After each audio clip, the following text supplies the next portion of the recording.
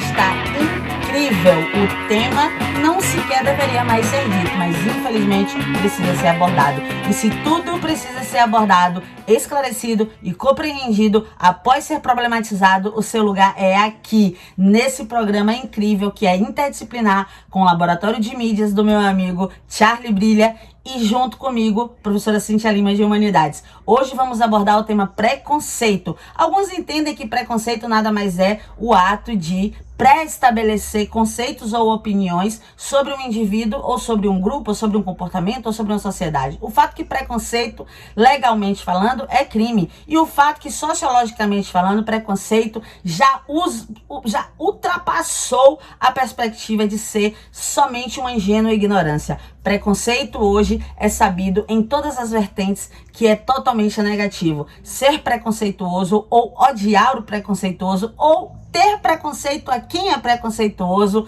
nada disso corrobora a questão de sermos pessoas empáticas, de sermos pessoas altruístas e de estarmos sempre querendo uma sociedade positiva, uma sociedade de afirmações positivas e uma sociedade do bem-estar comum social para todos. O preconceito vai desencadear em vários fatores negativos e tudo que não queremos é que o preconceito seja mal entendido. Por essa razão, essa galerinha vai aparecer agora na sua tela explicando um pouco mais sobre preconceito, seus tipos de preconceito, sobre as possibilidades do que geram o preconceito e tantas outras coisas mais. Não seja preconceituoso e pule esse vídeo. Fique aqui, assista para que você não cometa um desses atos, talvez ingenuamente ou talvez porque você quer usar o ato de ser definido como preconceituoso e ser apenas alguém que está discriminando, nesse caso, o conhecimento da segunda série do ensino médio. Não pula, fica aqui.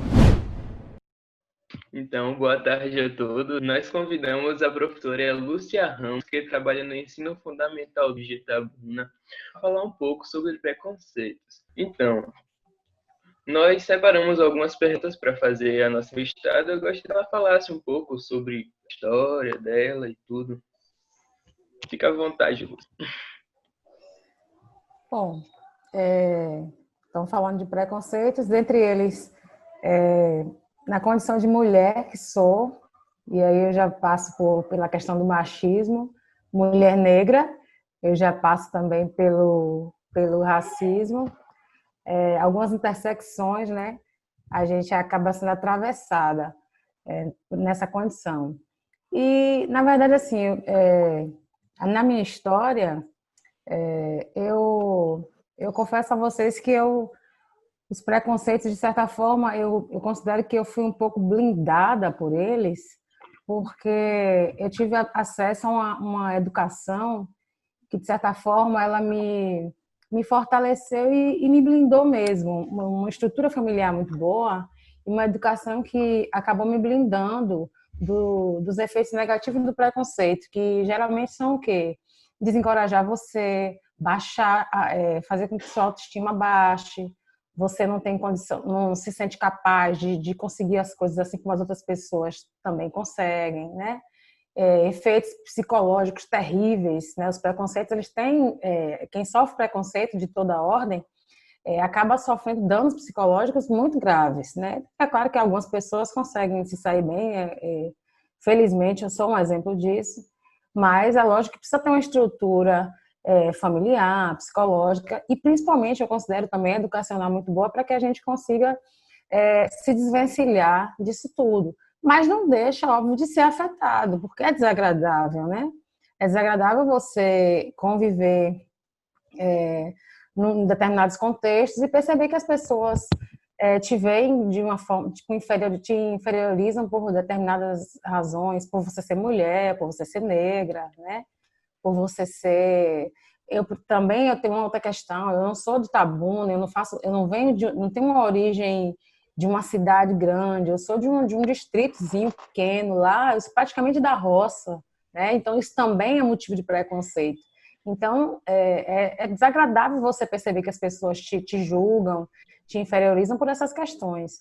Mas como eu falei, felizmente eu tive esse lastro da educação e de uma estrutura familiar que me permitiram me desvencilhar disso tudo e chegar à idade adulta, ter uma vida profissional e seguir minha vida sem que tivesse danos maiores na minha formação e na minha vida.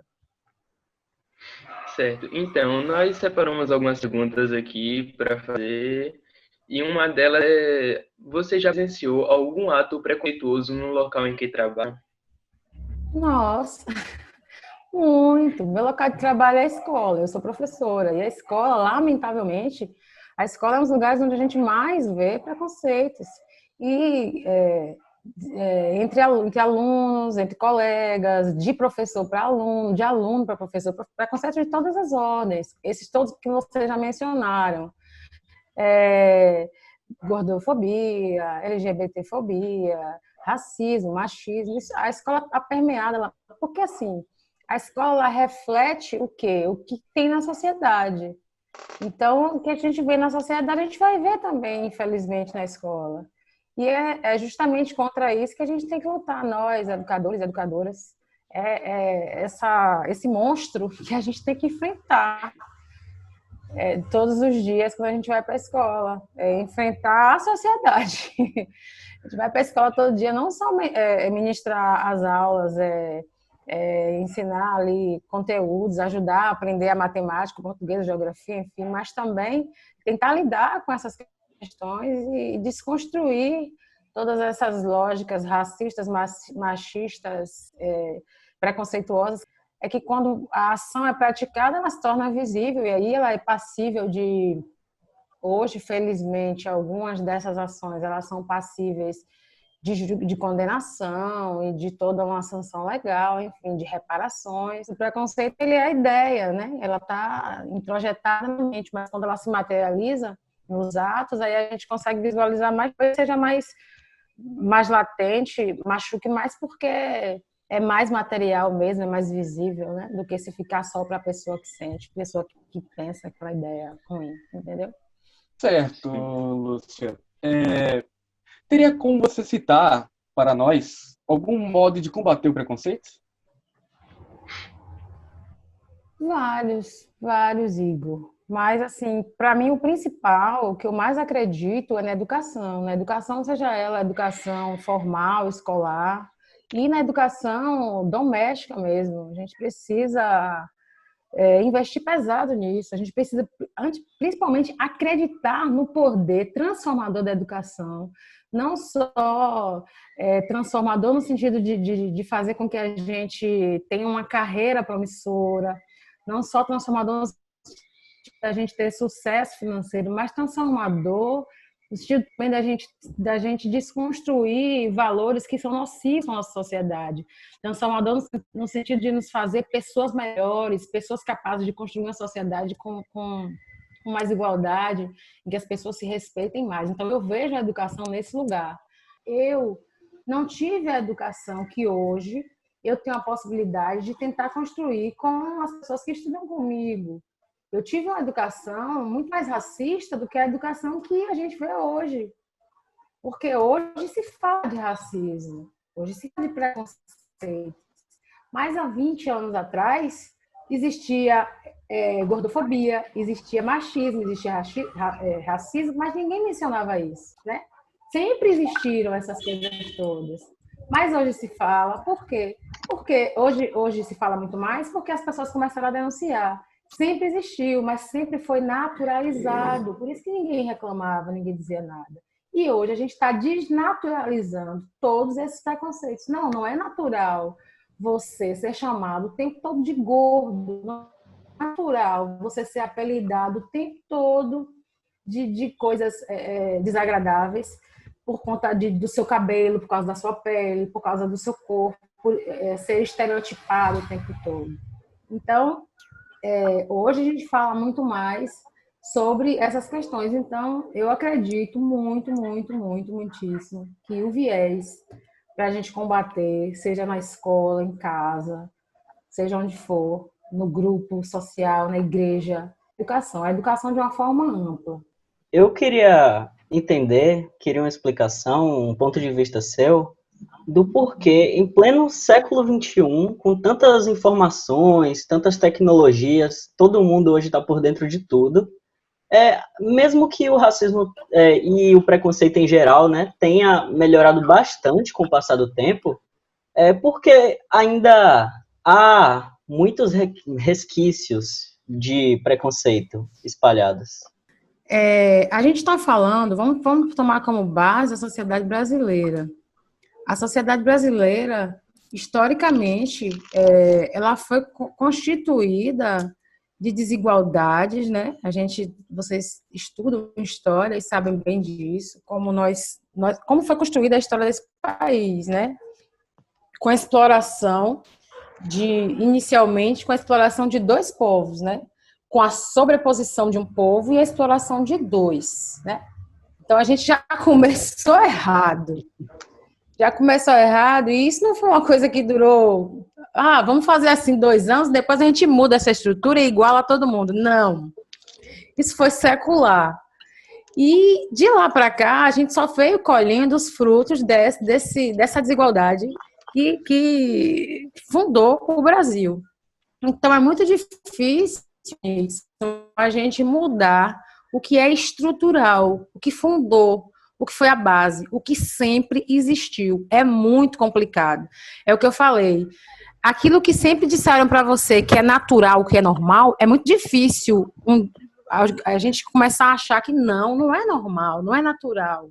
A gente não pode achar que num país onde a maioria da população é preta ou parda, pode ser normal. A gente não pode achar normal que a única apresentadora de televisão negra seja Maju Coutinho e que ela tenha aparecido na televisão nos últimos 5 anos. Isso não é normal, gente. Mas todo mundo achava normal. Num país que os povos originários foram os indígenas, a gente tinha aqui, na chegada dos portugueses, cerca de 10 milhões de povos indígenas, não é um povo, eram povos indígenas. Não é normal que hoje a gente tenha menos de 1 milhão, não tem nem 900 mil indígenas no Brasil hoje. E quando você olha uma Câmara dos Deputados, quando você olha a televisão brasileira, onde estão esses povos que são os povos originários do Brasil? Isso é normal? Não é normal. Mas a gente nunca questionou, Nixon. Por que a gente nunca questionou? Porque sempre foi assim. Então, você mudar de um dia, não é de um dia para o outro, são 500 e tantos anos. Verdade. É muito difícil. E eu acredito até, que a gente vem rompendo, sabe? A gente vem rompendo barreiras, mas ainda tem muita coisa que a gente precisa modificar. Você falou, a gente já conquistou muita coisa, a gente já tem muito conhecimento, a gente já consegue ter muitos avanços em muitas áreas, mas muita coisa precisa ser modificada ainda. O grande problema é que está na estrutura, não é que está isolado, é que a estrutura, o que segura esse país é essa estrutura preconceituosa, lamentavelmente, infelizmente. É isso que a gente precisa atacar, a estrutura. Então, eu queria saber o que você acha das cotas, se você concorda ou não e por quê, se sim. Não entendi.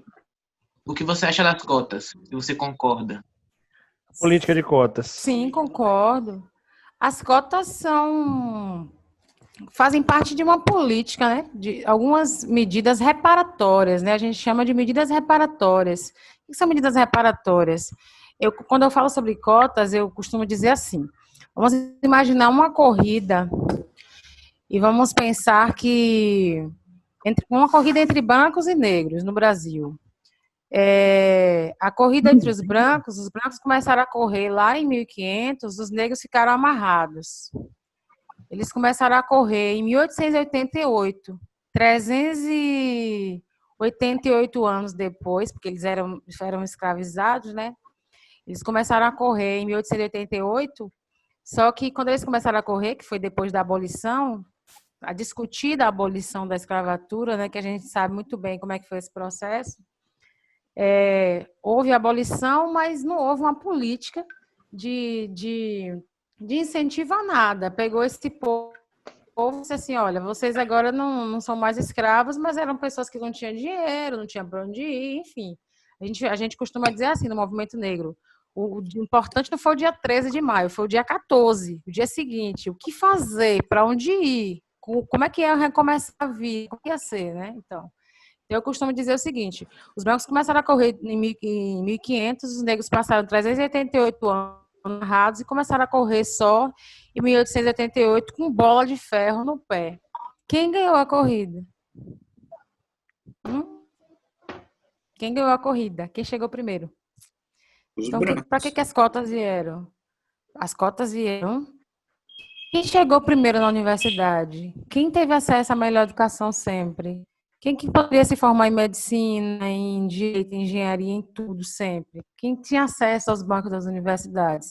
Eu entrei na UESC em 2002, num curso de licenciatura. Eu fiz licenciatura em geografia.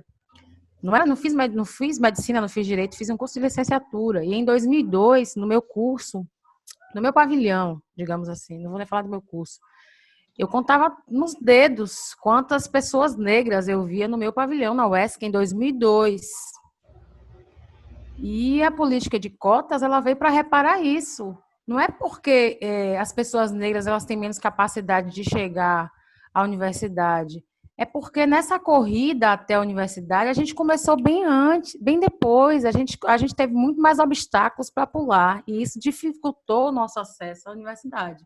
Então, a política de cotas vem para reparar isso.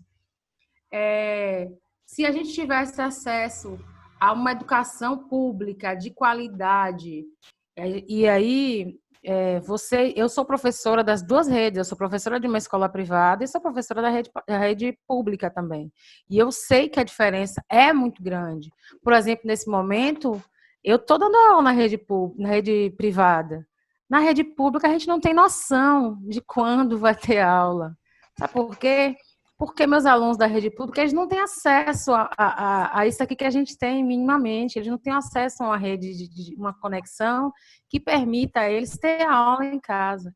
E, às vezes, se tem uma conexão, eles não têm pai, mãe ou responsáveis com condições de orientá-los, se forem pequenos, com condições de orientá-los minimamente a fazer as atividades. Eu digo assim, nível de instrução dos pais, dos alunos da escola pública, nem todos têm um nível de instrução que permita a eles, sabe, acompanhar isso aqui. Então, a política de cotas é para isso. O acesso das pessoas negras é muito mais difícil, por todo esse histórico que a gente já sabe, ao ensino superior.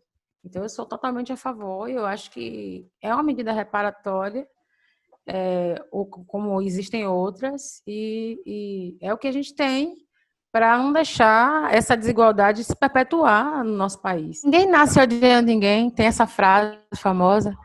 Isso é construído, isso a sociedade, o contexto em que a gente é criado, que a gente vive, que vai forjando essas coisas na gente.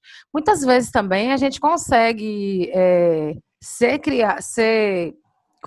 criado num ambiente de preconceito, de coisas ruins, de valores não tão bons, e às vezes a gente consegue, por meio de outras influências também, ir se desvencilhando disso, e contrapondo esses valores negativos e ir criando as nossas próprias concepções de vida, de sociedade, enfim. Acontece. Mas é muito difícil, sabe? É muito difícil. Mas ninguém nasce com preconceituoso, ninguém nasce racista, ninguém nasce gordofóbico. Eu tenho certeza disso. A criança que chega na escola, ela chega na escola e xinga o colega. Ah, você é viado. Ah, você é isso. Olha, vai dar uma olhadinha como é que é a família, como é que ele escuta, como é que é o comportamento do pai em relação aos amigos, sabe? Como é que é o comportamento do pai quando está no filme, novela. Vai prestar atenção se não tem alguma coisa, se ele não ouve esse modelo, se ele não está convivendo com um modelo semelhante. Isso aí é quase sempre certo que é assim, gente. Ninguém nasce assim, não. De jeito nenhum. Você já sofreu ou conheceu alguém que tenha sofrido algum tipo de preconceito? Já sofri sim. Contar uma historinha besta aqui para vocês. Uma vez, Fique à vontade. eu estava indo... tinha o Codornas, não era ali onde é agora não, né? O Codornas era cá perto ali do Hospital de Olhos, numa rua daquelas ali. Acho que era ali por onde era o Seu Bar agora. O Codornas era por ali. E eu estava indo almoçar. Não tinha moto ainda não. Eu estava indo de mototáxi. Aí eu sou conversadeira e tal. Aí eu fui conversando com o mototáxi e tal, conversando com ele. Aí quando chegou na porta do Codornas, aí ele falou assim pra mim, você trabalha aqui há muito tempo? Aí eu fiz assim, não, amigo, eu não trabalho aqui não. Ele, oxe, vai fazer o que aqui?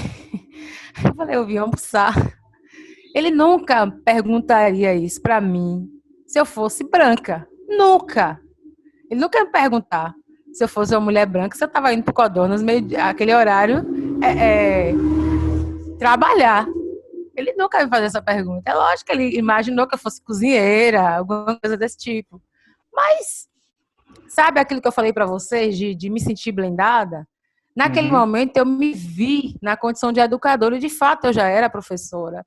E eu disse, não, meu querido, com toda a tranquilidade que eu estou conversando com você, eu disse, não, meu querido, eu vim almoçar. Ele, tá, pensei que você trabalhava aqui e tal. Eu falei, não, eu vim almoçar e tal. Paguei a corrida, entrei, fiquei tranquila. Coisas, esse tipo de coisa que parece, para quem não é negro, para quem não é negra, parece nada, mas a gente sabe que é. Eu tenho histórias aqui, a gente passaria o dia contando, minhas, de amigos, de amigas, como eu falei, no meu ambiente de trabalho, com alunos, com alunas, que é gordo, com colegas de trabalho, enfim, muitas histórias. Comigo também, mas assim, coisas que, como eu disse, não foram suficientes para me fazer desanimar e nem me mexer com o meu psicológico. Pelo contrário, eu driblo, tranquilo. Mas não é assim com todo mundo. E a gente não pode achar que é brincadeira porque não mexeu com o meu psicológico, mas com de outras pessoas pode mexer. A gente sabe de reações, Sim. várias reações que podem ser desencadeadas por conta desse tipo de preconceito. Reações, inclusive, bem letais, inclusive, né? Muitas pessoas, elas falam que, tipo, à medida que você vai crescendo, convivendo no ambiente, tanto dentro de casa quanto escolar e tudo, você vai acabando absorvendo algumas coisas que você não percebe muito bem, que às vezes quando você solta acaba soando preconceituoso e você nem percebe muito bem. Então, qual a sua opinião sobre essa questão, essa ideia? Olha, isso é verdade. A gente é a questão do naturalizar, né?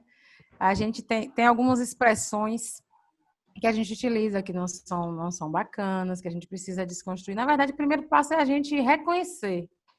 Se doeu em você aquilo que eu disse, eu preciso mudar, tá? Alguma coisa errada. Se eu falei alguma coisa que te magoou, tem alguma coisa errada na minha fala, né?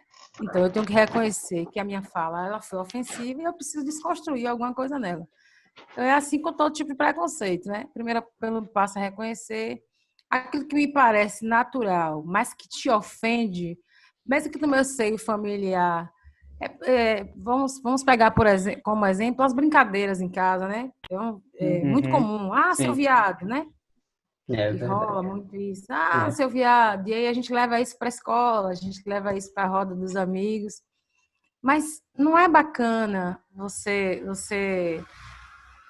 usar uma palavra que quer ofender alguém, desqualificando a sua orientação sexual, né? Se eu quiser te ofender e te chamar de hétero, eu não estou te ofendendo. Mas por que eu tenho que achar que é ofensivo chamar alguém de homossexual usando para isso uma palavra pejorativa que é o viado, né? Então, não é bacana isso aí. Então, a gente começa... Essa já está clara. Essa é clássica que precisa mudar. Essa aqui eu estou dando um exemplo do que é clássico. Mas outras coisas que a gente acha, muitas vezes, que não tem nada demais. Mas eu penso assim... Se eu falei algo que doeu em você, que não foi bacana para você, eu preciso rever a minha fala. Se a minha atitude, se a minha fala ofende, machuca alguém, se eu não quero magoar, então eu preciso ver a minha conduta, a minha maneira de funcionar em relação a você e em relação ao que eu digo, né? Acho que esse é o princípio. Mesmo que todo mundo fale, aí vale aquela máxima de família. Eu não sou todo mundo. A mãe fala, né? Mas você não é todo mundo, então a gente não precisa ser todo mundo para falar o que todo mundo fala também. Isso mesmo. A gente precisa ser a gente precisa ter identidade. É tão bom ter identidade.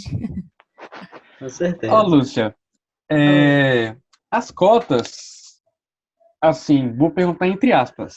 Tá. As cotas têm que ser fiscalizadas? Sim, Igor, tem que ser porque a gente está vendo que tem muita gente burlando aí, tomando as vagas de pessoas que realmente deveriam estar ocupando essas vagas. Recentemente, acho que foi o ano passado, o Fantástico fez uma reportagem escandalosa mostrando pessoas brancas, de condição social boa, inclusive, pessoas que frequentaram a vida inteira a escola privada e entrando no ensino superior por meio das cotas. E, infelizmente, nesse nosso país, as pessoas encontram maneiras de fraudar tudo, né? Então, a gente precisa... Lamentavelmente, é necessária a fiscalização, porque senão elas não vão chegar, não serão acessíveis àquelas pessoas que realmente devem fazer uso delas, que são as pessoas que realmente não, tiveram seu percurso escolar, sua progressão escolar mais prejudicada por conta dessas questões sociais todas e que a gente já mencionou aqui. Fico muito feliz de ver essa juventude, eu acredito muito nessa juventude e fico muito feliz de ver vocês discutindo esses temas todos. E quando eu vejo isso, eu acho que a gente está no caminho certo, Charles, dentro do que a gente faz. Acho que a gente está fazendo o nosso trabalho certinho com essa molecada, porque é deles que vai vir, que a gente vai colher os frutos com eles, viu? Porque eu acho que a nossa geração está plantando a semente.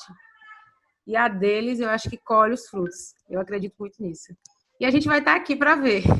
Com certeza. Colher junto com eles, espero. Eu sou muito otimista também em relação ao que está vindo por aí, né? Eu acho que já é uma geração que nasce com essa perspectiva mais desconstruída em relação a muita coisa, né? A gente queria agradecer aí a Lúcia pelo tempo dela, pelas respostas que ela deu sobre esse tema e por ter podido ajudar no nosso trabalho. Eu que agradeço o convite, viu? Prazer conhecer todos vocês, viu? Um prazer. Muito Nada, obrigado, tia. viu, Lúcia? Nada.